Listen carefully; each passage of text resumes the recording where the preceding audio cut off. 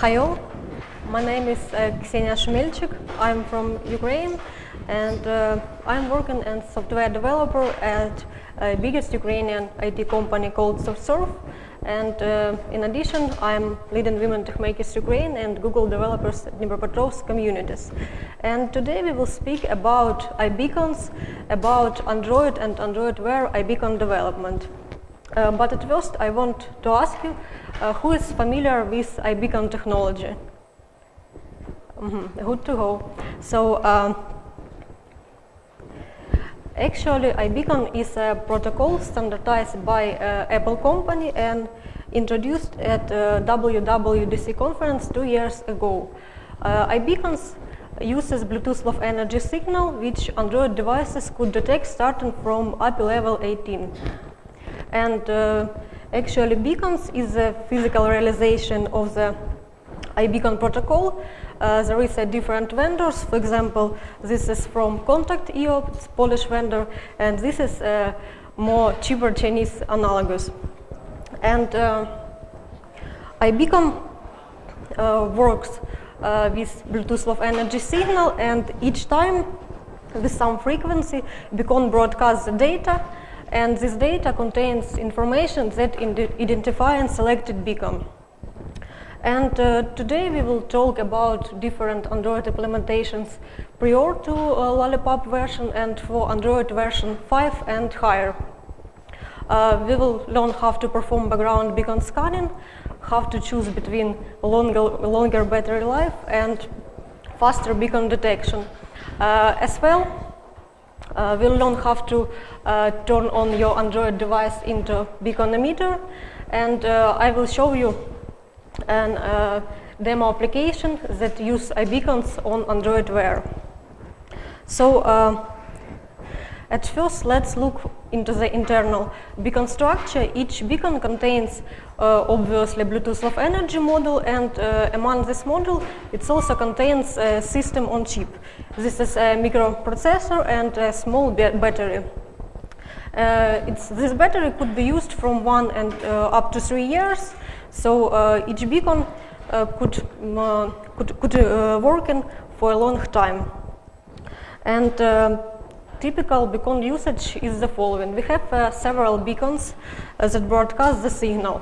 Our application could detect the signal in a cycle and send it to the server. On the server, using the beacon location and the strength of the signal, we could define the location of our Android device, and then based on this location, we could send reply, more specific reply, more targeted to the location. For example, if we are creating advertisement service, we could send the data that identifies some discounts for the shopping malls, and if user is close to the shop with discount, he could receive on the phone some information about sales and discounts for this selected shop. So each beacon works using Bluetooth Low Energy signal, and I will shortly explain what is advantages of using Bluetooth Low Energy. This is actually a new protocol. It's also called Smart Bluetooth, and this protocol is aimed to consume less power and to reduce power consumption for the devices. And it was introduced in 2009, but for recent years become more popular because it's used in the wearable and embedded devices. And versus to the classic Bluetooth, it has almost the same frequencies and speed, but there is some advantages, like as I said, power consumption. So we have reduced consumption up to 100 times. So if we have a classic Bluetooth, we have our battery struggling each time. If we use Bluetooth Low Energy, we could using the device for a long time. For example, beacons could work for years. It's average 2 years. That is good quality. And the next is minimal time to send the data. It's also reduced in much more times, up to 30 times. And the next limitation, we have number of simultaneous devices interacting via Bluetooth protocol limited by 7. And for Bluetooth Low Energy, this its specification, there is no limitations. It's mostly limited by vendor. So all Bluetooth interactions in Android are done via GATT. It's a general attribute profile. It's a general specification for sending and receiving data packages called attribute between client and server entities. And client is the entity that sends the response and accepts the request from servers. And in our case, client is Android or Android Wear device, and our servers are the beacons. And the data packages that are sent between client and services called characteristics, and the set of characteristics is called SGATT service. Also, for each characteristic, we have some additional information that's called descriptor. For example, if we use health thermometer, we have two characteristics. It's a temperature measurement and the time between measurements. And for temperature measurements, we could have a descriptor like units, for example, Celsius. Also, GATT have some set of predefined operations. It includes scanning for services with selected UIDs, filtering possibility, and obtaining characteristics for a service with a selected UID. So also before we start scanning, we should know how looks like data structures sent by beacons. So each time with some frequency, each beacon send and broadcast the data that are called scan response data. This is a short amount of data up to 31 bytes, and this data divided to the structures. And the first structure is advertisement data structure 1. It is pretty simple and includes some information about advertisement data type and some flags that define our device and related to BLE specific characteristics. And the first byte in each structure contains the information about remaining data lengths. The advertisement data structure 2 contain advertisement data type. For beacons, it's manufacturer specific. The next 2 bytes identify manufacturer ID, and the next bytes define the beacon prefix. It's mostly protocol that our beacons support. And the next bytes define the UUID. Next 16 bytes, it defines the UID. It's some IDs for group of beacons. And if we need to distinguish our beacons inside the group, we also could set 2 bytes for major and 2 bytes for minor values. So, for example, if we have some advertisement platform and shopping mall, we have our group of beacons. And for example, for major, we could set our level number, and for minor, we could set our room number. And the next byte is the X power that identifies the ettalon intensity of the signal. So, and this is the intensity of the signal when our device is 1 meter away. So, for example, this is how beacon data looks like. And this is for only one broadcasting. And such data packages are produced in a real time with some frequency, for example, several seconds. So to summarize, our beacon data contains First 9 bytes related to beacon and manufacturer specific information, and almost in all cases this structure is predefined. The next 16 bytes identifies the group of beacons, and also to additional distinguish on beacons we have 2 bytes for minor value and 2 bytes for major value. And the last byte identifies the strength of signal, intensity of the signal, and let's look what we have in Android to work with beacons and Bluetooth Low Energy. So we could interact with Bluetooth Low Energy devices starting from version 4.3. And as I mentioned, we'll also have some entities to work with BLE and based on GATT. Also, there is an Android hardware Bluetooth LE feature. I will show you later how it is used, but in general it allows to define if our device supports BLE or no. So how we could interact with beacons in Android API level 18? Firstly, we should add the permissions to our manifest. We need Bluetooth and Bluetooth admin both permissions, because first one allows to establish the connection and send the data, and the second one allows to discover the device and allows to change the Bluetooth settings. Next one, we should specify user's feature. If we select set require as true, our application will not be allowed to install if user's device don't support BLE.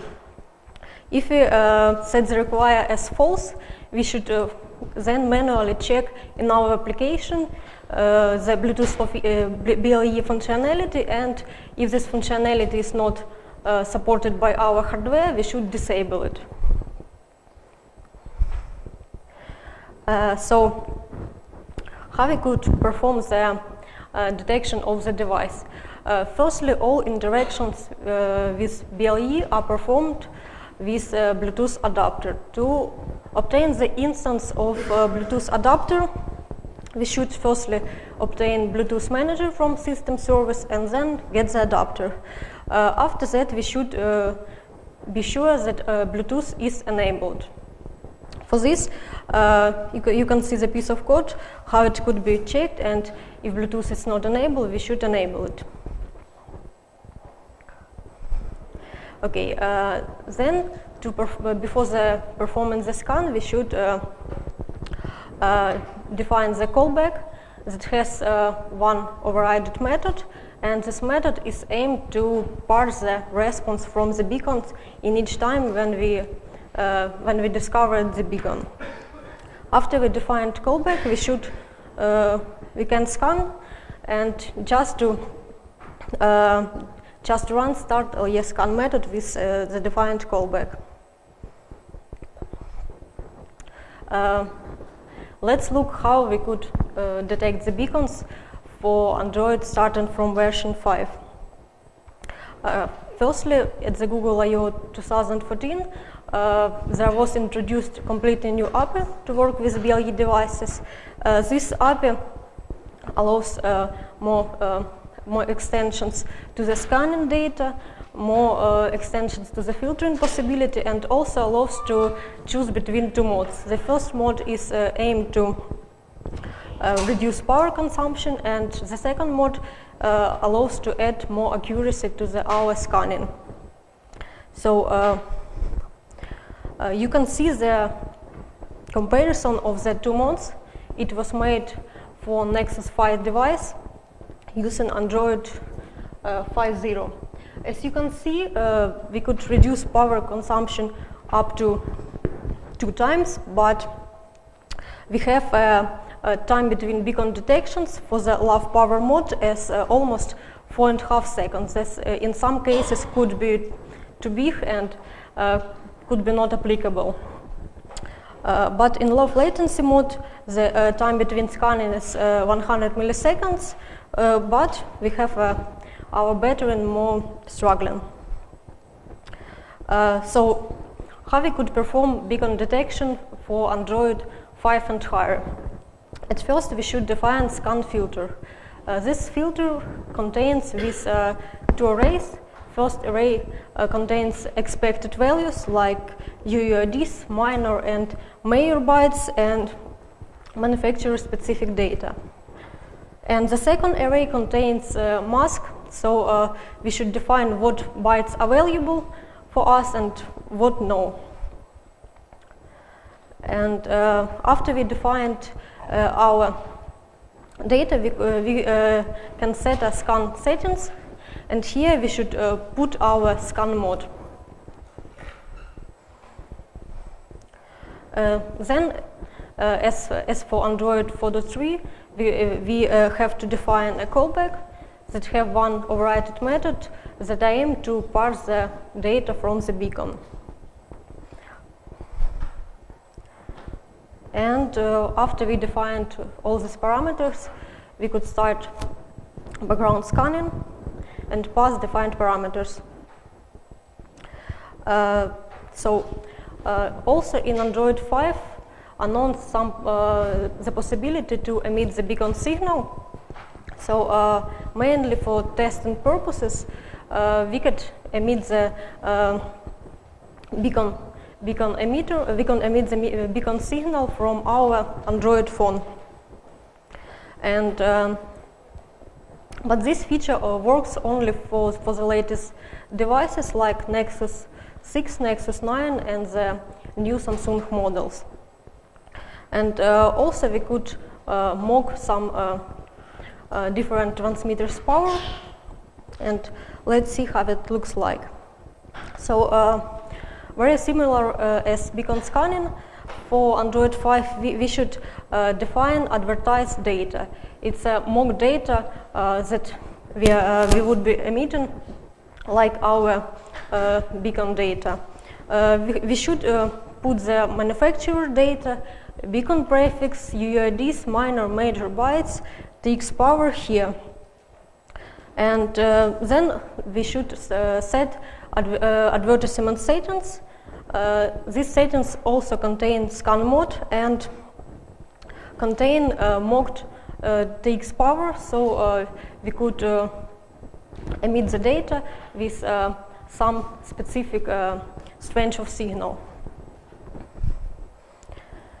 And after this, we could start advertising to pass settings, data, and callback as parameters. And the advertised callback contains two methods, on success and on failure.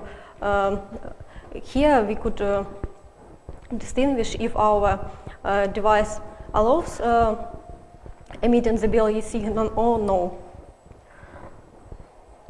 And now I will show the Android Wear app example, how it could be used in a real-life project. So now I'm working for the platform that will be used for advertisement purposes. As you can see, we have beacons located in the shopping mall, and as for example that I gave for typical beacon usage, we also provide some notifications. When user is close to the shop with discount, he will receive notification to the Android Wear device. And this is button called Nice Button, and it is shown over all other windows. So if our watches are not in active mode, the user also will see this notification. Then, if user is interested in notification, he should press on the button and see the discount. And if he press again to the discount, he will see the QR code that actually leads to our discount, and go inside shop, show this QR code, and replace it with discount.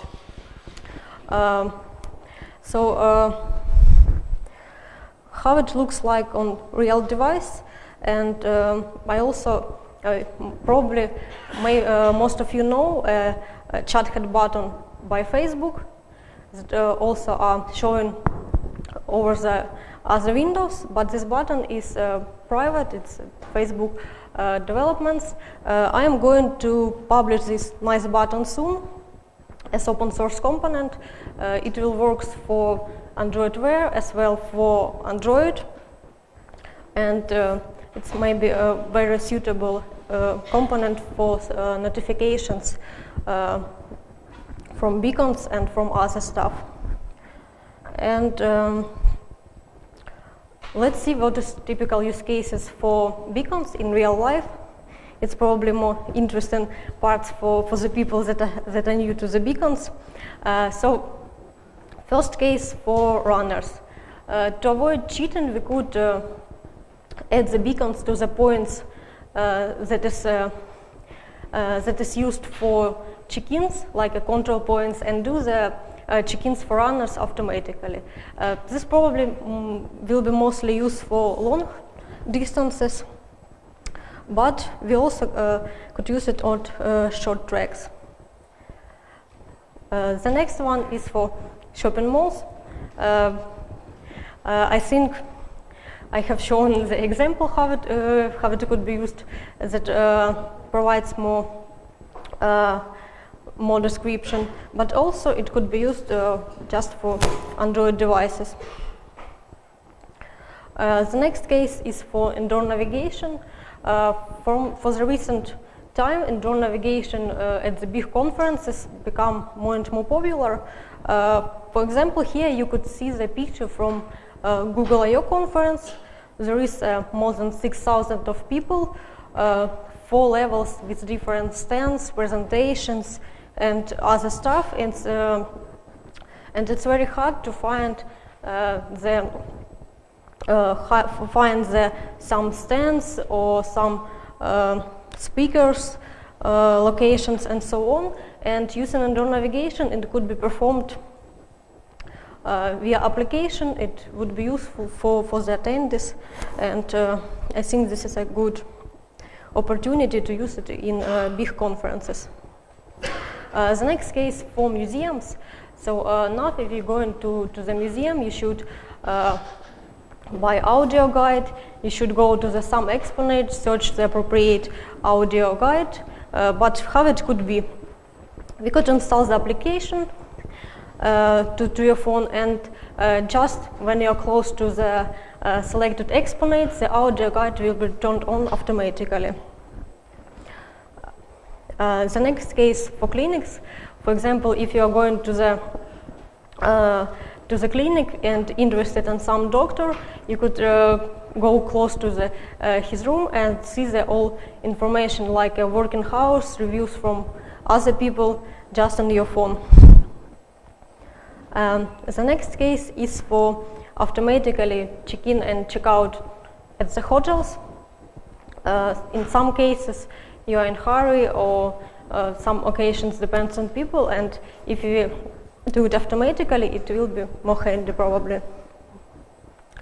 And the last case for disabled people, we have some dangerous situations, and it could be useful to alarm the disabled people with these cases via audio or via vibro signal notifications and so on. So thank you for attention, and if you have questions, you're welcome.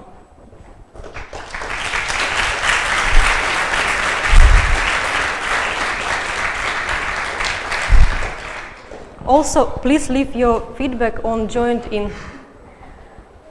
Hi, quick question. Is there a limit on number of beacon I can deploy? For example, if I walk into this room and there's 1,000 beacon here, is it going to work?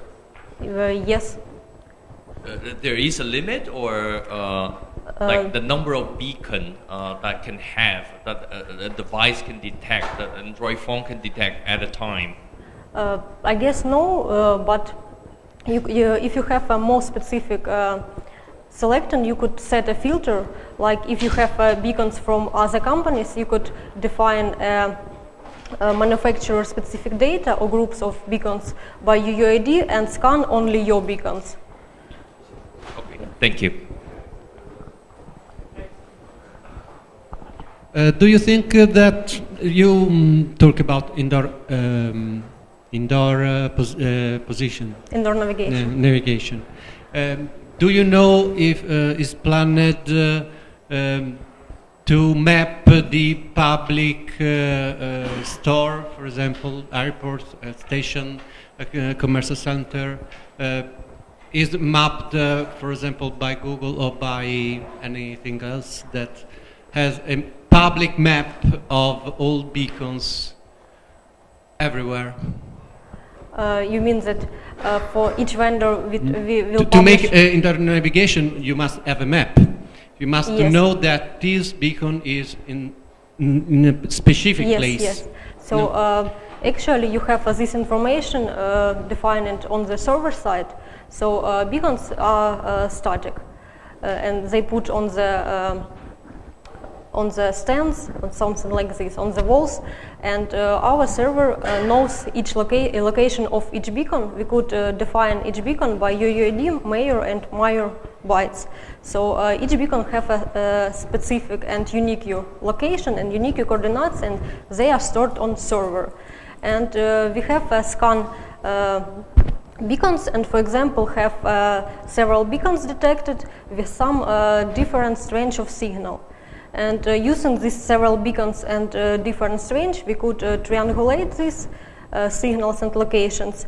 And we know coordinates, we know a range of signal, and using triangulation, we could define approximately location. So yes, this information are stored on server, and the creator of the application knows coordinates of each beacon. But I can know only the position that beacons that I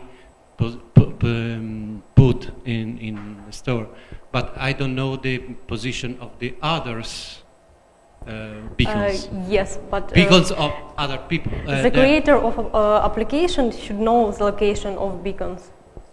Yes, but so only for my beacons, not for yes. beacons that other people put in other yes, places. But for your application, you could scan only your beacons. And yes. This is mandatory to have information about beacons. So you could scan, probably, it's more properly scan only your own beacons. For example, Google maps the ID of the Wi-Fi yes. for have a approximately position. It can do the same with the beacons. Yes. But Google will create an application that allows to retrieve the information. Can listen all the beacons and to. But maybe in this case, Google could publish some API to work with beacons provided by the Google in a selected location. Yeah. Okay.